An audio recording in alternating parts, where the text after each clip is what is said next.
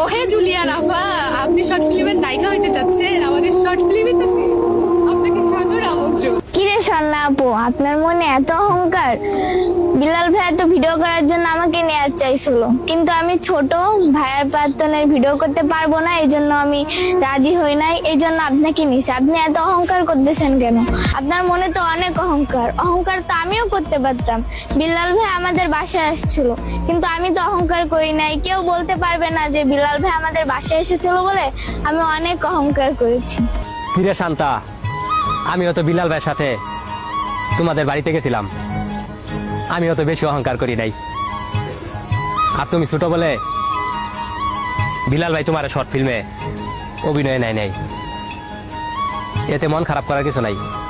আমিও ছোট, তুমিও ছোট, দুইজনে মিলে একটা শর্ট ফিল্ম বানামু, ওইটার মধ্যে তোমার নায়িকার অভিনয় দিব। তোমার তো মনে অহংকার নাই, তুমি কি অভিনয় করবা অবশ্যই জানাই দিবা। এ ভাইয়া শোন, তোর একটা কথা কই। মায়াটা এখন অনেক ছোট, এখন শর্ট ফিল্মে তাদের দাহিস না। কারণ তোরা আর বিল্লালে অনলাইন যা করছস, অনলাইন দিলে পুরা খাইছস। আর এখন শুধু মায়া দিলে তুই শর্ট ফিল্ম করতে চাস। তোর দুই শর্ট ফিল্ম করা যাতে সপ্তাহে তোরা আমি একটা কম পয়সা একটা বুদ্ধি দেই। ওইতে তুই যাত্রা ফলার দেখে মেয়ে ধরে আইনা শর্ট ফিল্ম কর। আর যদি তাও না পারস, তাহলে হিজড়া আছে না, যাদের মাঝখানে কিছু নাই, ওদেরকে নিয়ে একটা শর্ট ফিল্ম কর। তো ওই মাইয়ার নিয়ে শর্ট ফিল্ম করার চিন্তা করিস না।